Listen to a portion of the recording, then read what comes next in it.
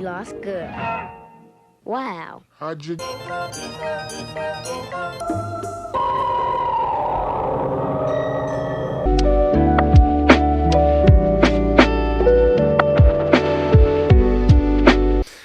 Today, the big, beautiful bill passed. If you are not aware of American politics, the reality of what that means and how that's set up is extraordinary. And there is, I see it in the QC even, which is not something that sort of hits all the time. We do live in a time of like general political upheaval, right? Like generally, politically, we're in a fucked up time. We are. And it's really, really common for people to sort of move themselves past where we're at to sort of put their heads down when things are generally kind of shit. And I appreciate that. I don't say otherwise. The challenge we're in because of that, the challenge we're at is that this is so awful. And if you don't understand how awful, I'll go through a handful of ways. This is so awful that it actually is kind of opening up a new, I believe, this is so awful it will be opening up a new reality of politics. And we've talked about on this channel about how what Trump did, how Trump works, and how the Democrats have no idea how to respond to him is sort of the hardening to an extreme level of what had come before. Trump isn't really an outlier. It's one of the reasons that the critiques from the left of Kamala and Biden and Obama, it's why they ring true. And it's why they, you feel them when they say things like Trump is no better than Kamala. You feel it because there's generally a thrust underneath that. There are differences. But the political order that created where we're at has been what it's been and will continue to be what it's been. To be very clear, the amount of budget cuts that are in the big, beautiful bill is not a small amount. It's so significant that it's going to actually close 10% of rural clinics, maybe most rural clinics in America. It's going to knock 8 to 10% of people off Medicare. Medicaid is the supporting program, the social safety net program. Medicare tends to be for the older, impoverished, and it's expected very much. People expect it. The way that these have always functioned is always complex. But as the Republicans did a huge bunch of cuts to everything and gave massive tax breaks to the top 0.1%, not even the top 0.1%, trillions of dollars of tax breaks. The amount of it is actually going to drop about $90 billion a year from Medicare. And the way that functions and the way that actually lands is not going to be pretty. But it's not just that. Across the board, the way that they did everything in this is disenfranchising to the poor in every way. We're going to see SNAP destroyed as someone who has been going through difficult financial times on and off for a decade and someone who has children. If you don't understand how important SNAP benefits are to families right now, especially right now, and the idea that they're going to be gone, it's hard to even actually conceptualize what that will do to people who right now have no idea that they're even in the targets of this bill. Trump voters are deeply uninformed and they live inside of bubbles, but there's no way to bubble yourself out of income. There's no way to bubble yourself out of SNAP, out of Medicare, Medicaid. They're eliminating seniors from having cheaper drugs. Mostly Trump voters, huge amount of Trump voters in that cohort. This is going to be a thing that is disastrous for America. And it's not hard to step into the other side and to say things like, well, that's it. We've lost hope. There's nothing we can do. It's actually the opposite. And it will continue to be the opposite. It's a deeply unsatisfying answer when we talk about the Nazis, or we talk about Soviet Union, or we talk about America across the board. Pick a place. I don't give a fuck. And we go, why do they want to be repressed? Why do they want fascism? Oh, it's ideologically. Oh, they've been tricked. Oh, they're too stupid. Oh, they're in a filter bubble. Oh, it's because they're self-interested. All of this puts you in a place of not having a real political discussion, because you're just saying to them, oh, you're doing that because you're wrong. And their answer is literally the same thing back. You aren't supporting me because you have had the wool pulled over your eyes. The reason this works like this is because the system, the way things interact, the way things interplay at large, and the superstructure of it in the Marxist sense, but just in the way things function, it works as it does. And there are two kinds of people. There are people whose interests are actually represented in the system, and there are people who find their interests represented in the system. These are different, but there is no second political class. If you oppose the capitalist class, you're just doing a counter investment in the very same bits that they're invested in. You're just opposing. You're only tearing with the negative. You're not actually creating anything. And it's one of the great challenges that the left has faced in my lifetime, is they've only ever been able to vocalize that they're against things. They talk about it in ways that are intellectual, generally very spot on. Very spot on. Hey, by the way, this is very bad. You'll end up being more poor. Hey, do you know how much the 1% has? Bernie's right. I'm not saying he's wrong on these things. But the thing is, you can't get invested in a counter-investment. Deleuze and Guattari in Anti-Oedipus, because of this, they say there really is only one political class, the bourgeoisie. Everyone else is in opposition to this, but they're not in opposition in the same way. They're not a unified class. A unified political class, like the bourgeois, for example, the people whose interests are in line with capital, they are actually invested in the same direction, the same stuff. They're finding themselves in the same thing, right? Right? Everyone else is invested in different things, scattered to the wind, you might say, completely without rudder, without North Star. So the proletariat, and this is why Marx ended up coming with so many fun names for proletariat, for the lumpen proletariat, the latent proletariat, I don't care, because it doesn't work like that. You aren't really part of the working class unless that's the dominant method of the system. You're invested differently.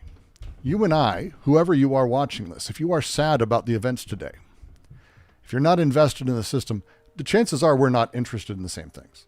Not exactly. I certainly don't know words I can say that are the same as what Trump used. Make America great again. Keep the system the way it is. Capitalism works. These things and the system that they're finding themselves in, and they're able to find their representation in, or they're actually able to be represented in the system, that is material stuff that they can deal with. So they're invested. Everyone else, we're kind of not. We don't have a lot. We don't have a lot of other things to invest in. We don't have a real message. We have only counter messaging. We only have counter messaging. It's like in high school when they're the cool kids and they're everywhere. And then you go, well, I'm not going to be like them. I'm going to be the opposite. They are defining you still. They're still defining you. To break away from this, to actually have a political moment, is possible. It's possible now. But it's hard to do because every time you get asked about things, every time you talk about things, when you respond to the narrative by answering the narrative in the tone and story of the narrative, that's it. You've lost. That's the end. Do you know who hasn't done that recently? Mamdani. Mamdani, right? He's a Muslim dude in New York. Cool dude. I like him. I'm a big fan. If you ever watch his interviews, do it. You'll notice he doesn't answer the narrative. Do you think the Democratic establishment is afraid of you? I think that people are catching up to this election. This is an election that went against so much of the analysis that had been told about our party and where we needed to head to. How are you going to raise taxes if you can't get Democrats to support it? So I think what we've shown over the last 8 months is our ability to take that which is considered a non-starter and make it seem inevitable. We've shown that with this campaign, and ultimately we're seeing that our vision to tax the top 1% of New Yorkers, these are New Yorkers who make $1 million a year or more, and our proposal is to just tax them by 2% additional, is something that has broad support and will continue to increase that support over the next few months and years. Meanwhile, the grocery business operates on thin margins, and his plan for city-run stores would probably lead to fewer options, poor service, and shortages. Mr. Mamdani, are your proposals going to hurt the very people you're trying to help? Not at all. There have been many in editorial board who have had concerns, and what we've shown is that more than 400,000 New Yorkers are excited about this vision. President Donald Trump, Andrew Cuomo said last night that Mr. Trump would cut through Mamdani like a hot knife through butter. How do you respond to that? Well, you know, Andrew Cuomo is right in that I don't have the experience he has of having the same donors as Donald Trump. City-run grocery stores, I've proposed a pilot program of 1 store in each borough. These are 5 stores in total. The total cost of this is $60 million. This is less than half the cost of what the city is already set to spend on a subsidy program for corporate supermarkets that has no guarantee of cheaper prices or collective bargaining agreements or even accepting SNAP or WIC. So you're not looking at some like Soviet Union grocery stores on every corner that are going to be run by the government? No, what I'm looking at is how to solve the very clear twin crises of affordability when you go to the grocery store and food deserts, which disproportionately impact Black and brown New Yorkers across the 5 boroughs, where I've heard directly from New Yorkers who say, why is it that I can find 6 fast food restaurants in a 5-block radius, but I can't find a place to buy groceries? He never says, oh, I'm opposed to, do you believe in this? I don't know. No, what I'm interested in this. Do you believe Israel should be a Jewish state? Oh, I believe everyone in Israel should have equal rights. That's not answering the narrative. That's not joining with the current investment. That is creating a different thing to be invested in. You are creating, he's creating, not you. He created, his team, his people, whoever the fuck, created a new way for people to be invested. You can do this. It's not the same thing as the large-scale class. We don't have that. People don't have a class. The class is the system and the people who work within it and where their investments are. That's it. Everyone else needs to figure out what else there is. Well, the fun part is the system is going to be breaking. It's going to get worse. We have another 18 months before the results of the next election, the next senatorial, the midterm election, before they take effect.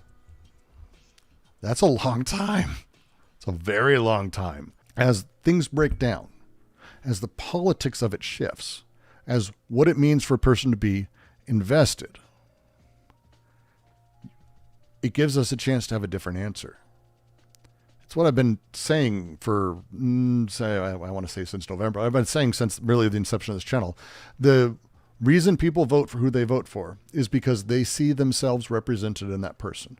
People go with where they are represented. That's it. Class is still one of the universal categories in this economy. Yeah, the class of the bourgeois. Everyone else is not a class. There isn't one. I would be very hard-pressed to understand how we can conceive of a class except in the negative. If I were to say the proletariat, I'm not part of that to a lot of people. No. Is someone who makes $300,000 a year part of the proletariat? No. That's not rich. If you think that's rich, you don't understand our economy. You don't understand the economy. What's the proletariat? Oh, it's only what's counter to the bourgeois. But what does counter mean? Oh, well, then we're lost. There is no class. There can be a group of people that's loosely defined that we don't. No, they don't exist like that. You're invested in the system or not. Everything else is ideational, transcendent, easily fucked with, symbolic, representational. Trump's winning, and he won because he expressed people's representational understanding and their investment socially directly. That's it. So what do? Well, you change the conversation. Because it's not class. It's not class. People will not be able to find themselves in that class. Do you know what class people do easily find themselves in? The bourgeois. It's easy. Hey, are you in the group that's working with the system and doing things right? Yes. It's very easy for people to find themselves there. It's always been easy for people to find themselves there. That's how the Nazis got powder. That's how it works. That's how fascist groups have always won, because it's easy to dive in. It's how they did it in the Soviet Union and China, because people were able to find themselves invested in the party apparatus. That is the bourgeois. That's the actual method of investment, is the material production. Production determines how we can invest. Bourgeois is that. It's how all of these things continually turn out. Class is still defined by relation to means of production. No. That's my point. How do I relate to the means of production? I mean, you're free to tell me.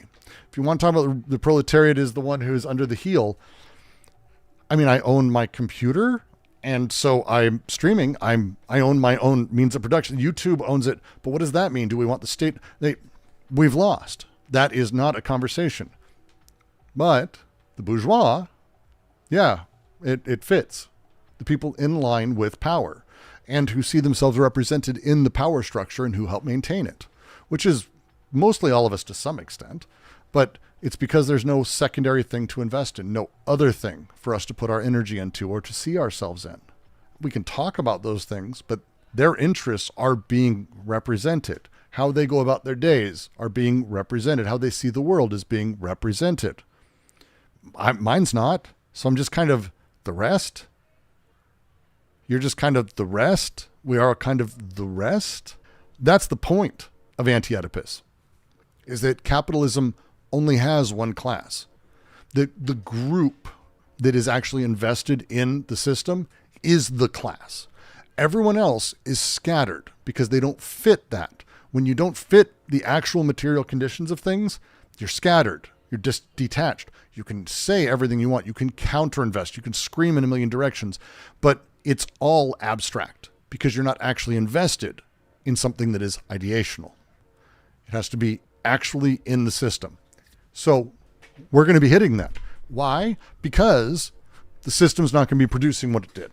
It's already stopped for the most part. If you haven't seen the jobs numbers, they ain't great. Minus 33,000. ADP saying that non-farm payrolls declined by 33,000. That's substantially below, for the second month in a row, the estimate of 100,000. It is the only decline since March of 2023. So it's going to use jargon. As we go, I'm going to kind of gloss over the jargon a little bit. If you have questions, don't hesitate to go the fuck and the word. I'm happy to have that conversation. I'm happy to go further into it. This is Anti-Oedipus, Deleuze and Guattari. This is literally from our reading on Tuesday, and it happened to be, the timing's perfect. Membership in a class refers to the role in production or anti-production. Anti-production is the upkeep of the system. To the place in the inscription, to the portion due subjects. The preconscious class interest, which is the idea that I am part of the bourgeois, what class I am part of. I am white, I am black, I'm rich, I'm poor, whatever that is. These aren't intellectual classes. The class is preconscious, but it's not unconscious. It's a thing there. The preconscious class interest itself thus refers to a selection of flux, the detachment of codes, the subjective remains and revenues. And from this viewpoint, it is indeed true that an aggregate comprises practically only a single class, that class which has an interest in a given regime. The regime is the social system at large. The other class can constitute itself only by a counterinvestment. that creates its own interest in terms of new social aims, organs, and means, a new possible state of social syntheses. Whence the necessity for the other class to be represented by a party apparatus that assigns these aims and means. The only other way a class appears, and it is something that has to be created and appear, is that it can be invested, creating its own interest in terms of new social aims, organs, and means, a new possible state of social syntheses, invested in a new way of the social system to operate. A new way, not an anti-way, not an older way, a new way. That's the only way a class can appear, which is possible. We don't have that. In this domain of preconscious investments of class or interest, it is therefore easy to distinguish what is reactionary or reformist and what is revolutionary. But those who have an interest in this sense are always of a smaller number than those whose interest in some fashion is had or represented. The class, from the standpoint of praxis, practical interaction, is infinitely less numerous or less extensive than the class taken in with its theoretical determination. What we call, as a society, the bourgeois or the ruling class or whatever, a lot of people feel it. They see themselves represented in it. It's not the same thing as those who actually get dividends or the system pays out. And it's one of those things that's really important to remember. This is not just D&G. This is Marx. It's really hard to remember. The bourgeois are what they are because the system works super well for them. And when I say super well, I don't mean that it's comfortable. I mean, literally, they get a bunch of everything. They get money and freedom and the ability to, they get to have their potentious exerted everywhere. The desire gets to freely. If Jeff Bezos tomorrow said, I want to become the master of origami, and I want to do nothing but origami for the next 6 months. He can do that. And not only can he do that, he can totally do it in the coolest ways possible.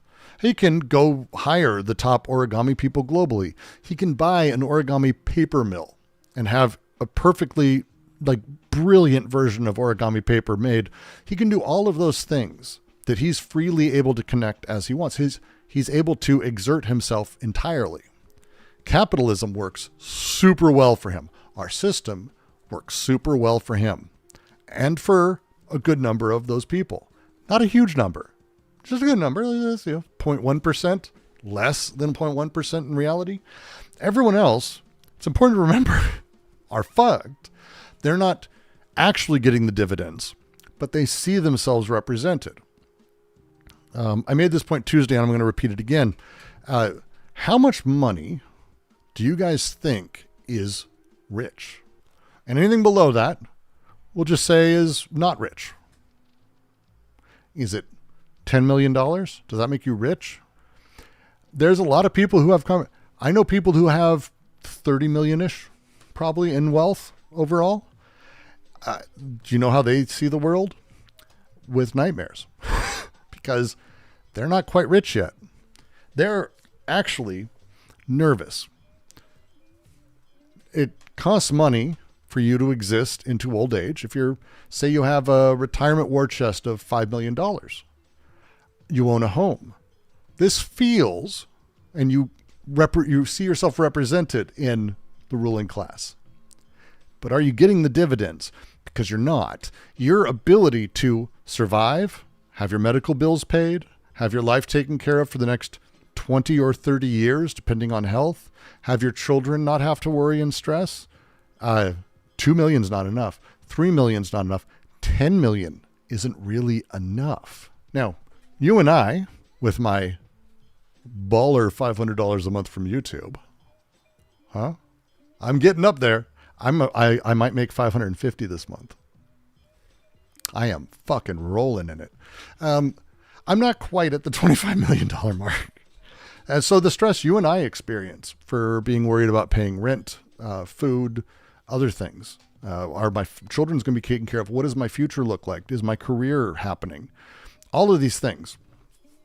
That stress, which is a real stress, it isn't uncommon. I don't see myself represented. Many people don't see themselves represented. But someone who has $5 million might see themselves represented. But they're not getting dividends. They're not actually getting paid out. They don't get to enjoy it. Marx talks about this. This is kind of the point. It's the bourgeois aren't people necessarily who are making all the money. There's the Rockefellers and the Musks and all of that. But the bourgeois are kind of a weird group.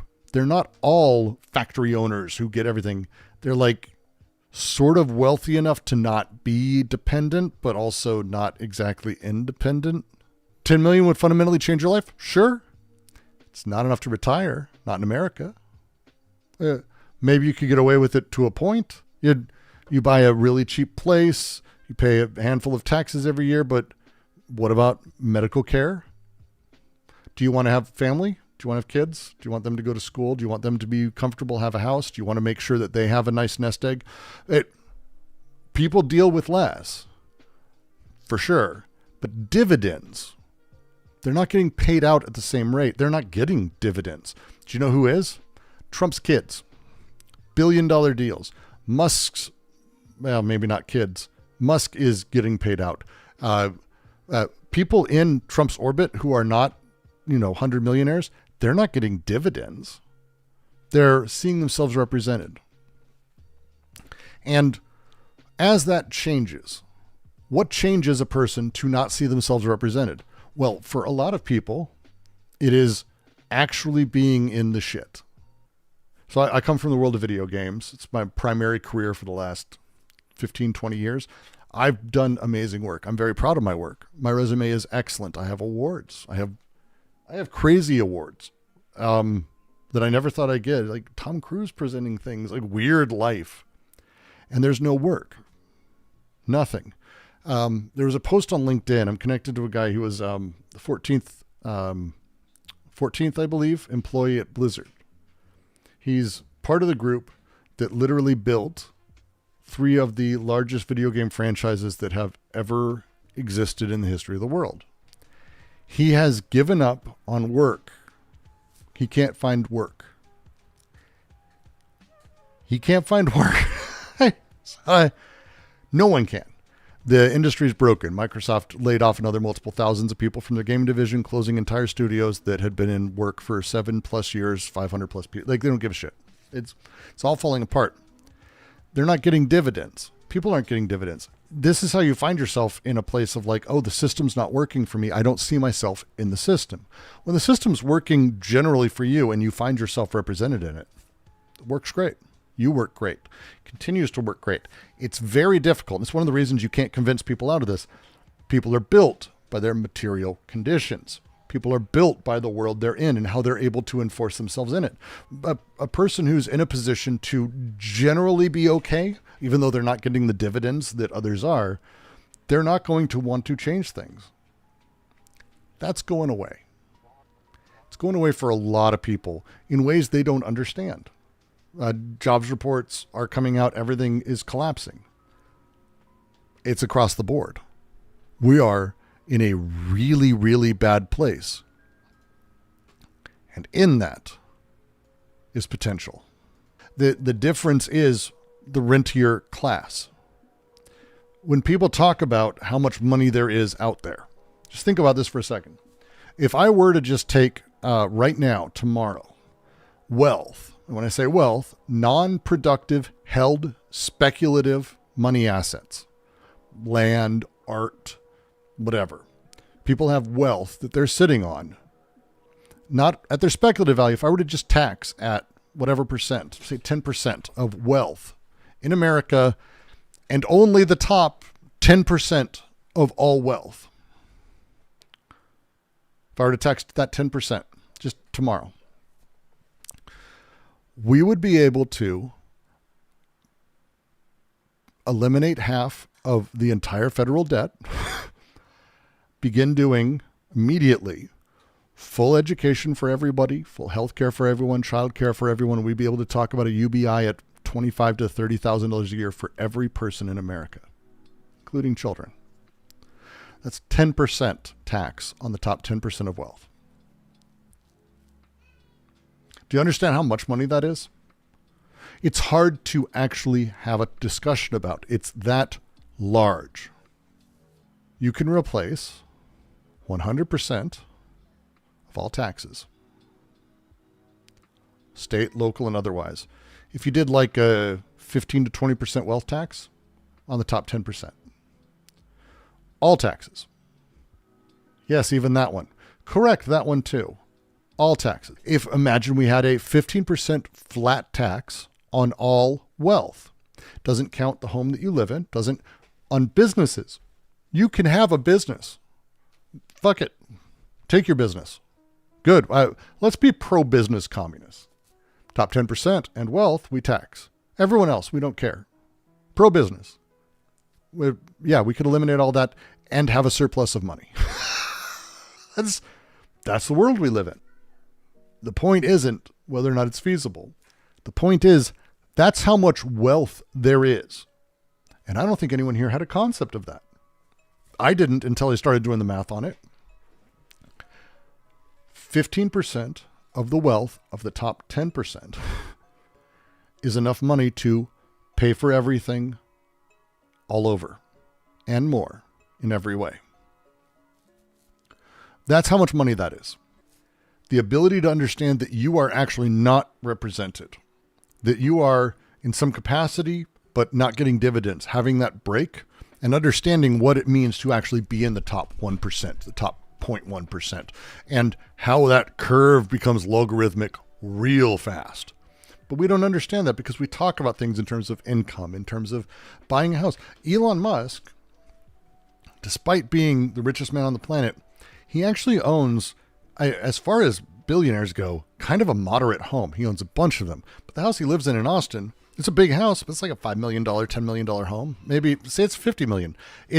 That's not, I live in a home that I'm renting, but I live in a home that's probably worth like $800,000 is what apparently they're going to try to sell it for when they make us move. $1 million to $50 million. That's a magnitude, one step. It's the amount of money you can spend breaks off and it doesn't change. He's the richest man in the world, and that's the home he owns because that's how it works. Homes don't continue to go up.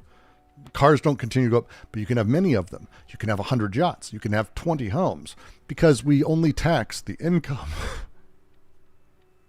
Am I financially free? I'm not even close to financially free. That thing that they were able to do by creating a party apparatus gave people something to see themselves in. So it worked. But it doesn't end there because there's two parts. That preconscious interest, people see themselves represented, that preconscious thing where they find themselves in a class. The class I see myself in, I'm part of the bourgeois, I'm part of the working thing. Or they see themselves as part of the party or the party apparatus. China, this worked exceptionally well. Still does, to be frank, in a lot of ways locally. China's a really interesting system. It's not communist, but it's a really interesting sort of system. Those things, these things that shift, there's a second part. And they continue. Because they're talking about the situation, the success of a dominant class to be switched, to be changed, to be taken over, to be a second investment. This situation, the party apparatus success, is not at all adequate, however, for resolving the following problem. Why do many of those who have or should have an objective revolutionary interest maintain a preconscious investment of a reactionary type? More rarely, how do certain people whose interest is objectively reactionary come to affect a preconscious revolutionary investment? There's a weird set of things that happens. John Brown is actually a pretty good example of what there more rarely is. John Brown had absolutely no reason to do what he did to slavers. not in terms of like his class interest, his position, he clearly, in every objective way we can talk about, he clearly had an interest in keeping things, but he didn't. He did the opposite. It's really extraordinary shift when you talk about that, when you think about it. It makes sense that people who are on the bottom rungs feel that, but people who are in it, people who are successful, bigger ones, FDR, Roosevelt's were a crazy rich family. Yet the New Deal came from him, and it was actually the watered down version. He wanted to do more. Same with his wife, both wealthy people, very wealthy. What did that? How did you end up there? And also, how do we end up in the other place where we have, I don't know, poor black men pushing for Trump? That thing, because it's, as they say, to answer this, how this happens, must we invoke in the one case a thirst for justice, a just ideological position, as well as a correct and just view? Oh, well, they're just right, and that's the correct way to be. That's justice. They understand people deserve this. In the case of the blindness, is it the result of an ideological deception or mystification? Revolutionaries often forget, or do not like to recognize, I think that one wants and makes revolution out of desire, not duty. Not wants. When they're talking about desire, they're talking about the passions, the force behind a person, the thrust of a person, their desire, the thing their drives, the thing driving them is what makes revolutions. Duty doesn't do it. Duty stops revolutions.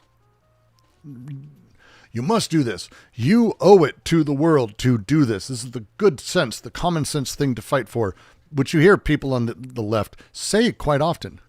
And the Democrats ran on this multiple times. It doesn't work. It doesn't work. It doesn't work. That Trump never actually said you're doing your duty for America. He actually doesn't talk about things that way. That's not how he talks about it. He appeals to desire. Desire. Here as elsewhere, the concept of ideology is an execrable concept. They hate ideology as an idea. It's a shitty, fucking gross, awful, damnable concept that has ruined people. They hate it. In ideology, it hides real problems, which are always of an organizational nature. It's always organizational. The very moment Reich is a pretty wonderful, actually, psychoanalyst who did a lot of really good work. Reich came out of World War II. He lived through it in Germany. If you want to have a fucking life and a way to deal with it and think about it, I would say that's an interesting perspective to be able to have wanted to flee, to not be able to flee, and then to sort of watch. And he always said, hey, wait, why did Germany become Nazis? Why did Austria, why did so many, why? And when people said, well, ideology, which was the answer at the time, is very Hegelian, Lacanian thing. Marx too. The ideology is very Marxy. He went, that doesn't. So they were tricked. It's just a deeply unsatisfying answer to him. He always said it was deeply unsatisfying because it wasn't that they were tricked and they wanted freedom. They desired fascism. And that was his question that really is the reason Anti-Oedipus got written. It raised the most profound of questions. Why did the masses desire fascism?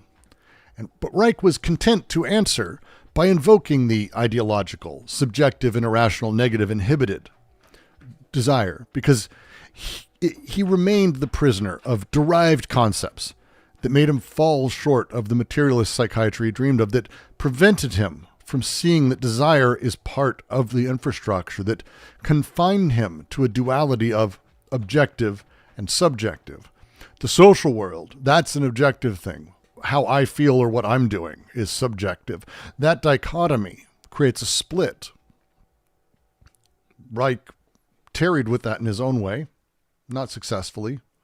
D&G, they break it. They go, well, actually, there's no difference. There's no such thing as objective and subjective. It's not how it works. They say, but everything is objective or subjective as one wishes. That's not the distinction. The distinction to be made passes into the economic infrastructure itself and into its investments. Libidinal economy, how the drives and desire and passions move through things and create things and the force of it, is no less objective than political economy. The political, no less subjective than the libidinal, even though the two correspond to two different modes of different investments of the same reality as social reality. There is an unconscious libidinal investment of desire that does not necessarily coincide with the preconscious investments of interest. And that explains how the latter can be perturbed and perverted in the most somber organization, below all ideology. It isn't just that I see myself represented. It's that the thing that is doing the representing, the system, is actually coursing with the forces and drives that seemingly seem subjective that are me, that are you. You're in the system. You aren't some subject standing outside of it, any more than your mind is different than your body. Just as your mind and your body and all of that, there's no dichotomy there. There's no separation. There's no separation of you and the social. You are the social. Man, nature, it's all natural. There's no difference. These categories themselves create the problem. And the idea of the objective social space that we can see and that is ideologically based, and that's why you're tricked, versus the personal, no, there's no separation. You are creating the social. The social is creating you. To be sure, the role, the place, the part one has in a society, and from which one inherits in terms of the laws a social reproduction, impel the libido to invest a given socius as full body. Jargon. Let me restate it. This is a call to people, and you can think of any person this way. The role, the place, and the part one has in society, from which one inherits in terms of the laws of social reproduction, that from which one finds themselves reproduced, from one where we find production socially, not in production in terms of like pure work, that entirety of production that is social. It impels the libido. It impels the part of you that's the passions. This thing impels you. It pushes the desire itself to invest in that social space, to invest in the strata of the social world as if it was a thing. It's not, but as if it was a full body that has all the organs, all the pieces, invest it fully. A given absurd power in which we participate or have the chance to participate under the covers of aims and interests. A lot of Republicans talk about, oh, it's a big, beautiful bill. I'm not going to vote for it because it fucks the deficit up. How you doing? I voted for it. It was like 2 hours. They went 2 hours. Because it's not that they're tricked. That's not it. It's not that they're tricked. The aims and interests aren't the thing. That's the cover. That's the story. That's the way they're communicating it. That's not the thing. The way that it works, the way the social machine actually goes back and forth, that thing they're directly invested in. That's the deal. They're directly invested in it. Body and soul. They're directly invested. How they describe it and how they talk about it are the aims and interests that sort of lay on top. They're the cover of it. The fact remains that there exists a disinterested love of the social machine, of the form of power, and of the degree of development in and for themselves. even in the person who has an interest, and loves them, besides, with a form of love other than that of his interest. It's also the case of the person who has no interest, who substitutes the force of a strange love for this counter-investment. Flux that run on the porous full body of the socius, these are the objects of desire. And this is the challenge as we start talking about this, is like, how do we have this larger conversation? How do we put ourselves in a position to actually go, hey, as everything falls apart, as people no longer find themselves represented, and they won't. You're talking about 10% of the country. I would say a quarter of Republicans are going to find themselves in the worst situation possible, financially and otherwise, within the next 6 to 9 months, as the things happen. First, it's not different than I've said every other time these bills have passed and how awful Trump has been. Find people near you that you care about that are going to be affected by this and find out how you can support them. Everyone here who is in America, everyone, knows someone who's going to be impacted this in a significant way. They may be stupid. They may not know better. They may be older people who think on Medicare, it's not going to affect me as much. They don't understand how awful this is going to get, and already they're fucked. Don't go to them screaming, told you so, told you so. It won't do anything. Go to them and let them know, hey, as shit gets tougher, let's figure out what we can do. In it together mentality. It's the only way to move forward on this. Secondly, think of new possible political projects. I'm in the process of this. I'm doing this with a few other people. As things happen, I'm happy to share. It's not on me. It's on all of you as well. Think of things that might be good ideas that people could be attracted to, that can actually shift. We do not have, right now, the normal political order. In the next 2 years, it will completely collapse. It's going to completely collapse. We're not going to have a normal election for the midterms here. We ain't. It's going to be weird. The Democrats are going to be trying and they're going to be failing. There is every reality that Musk thinks he's a badass by starting the American Party because he's a deficit hawk. He'll probably fold back in. These people are idiots. But the Democrats will not win, and we won't be able to change anything if the only idea is not them. We need an affirmative political project. Find out what attracts you. Get out there, get involved in minor ways. Work a soup kitchen. Work a food bank. Great way to do it. Find some local nonprofit. Call them and be like, hey, I don't like going out of my house, but I want to help. What can I do? They'll tell you. No one calls them. No one asks this. Find out something you care about. Start doing it and figure out why you like it. Figure out why other people might, and figure out the story you have to tell to get other people invested in this. Start building something. That thing is our last hope. That's it. You've got to do it. Brighton Beach went for Trump by 44 points. Last week, we won it by 16. College Point was a plus 11 Trump neighborhood. We took it by 8 points. We saw similar or even bigger swings in Bath Beach, Astoria Heights, and the North Shore of Staten Island. The headline is clear. We can win back voters many have written off if we give them something to vote for, not just tell them what to be against. Cuomo's spokesperson put it best, saying they had not foreseen our ability to, quote, expand the electorate in such a way that no turnout model or poll was able to capture.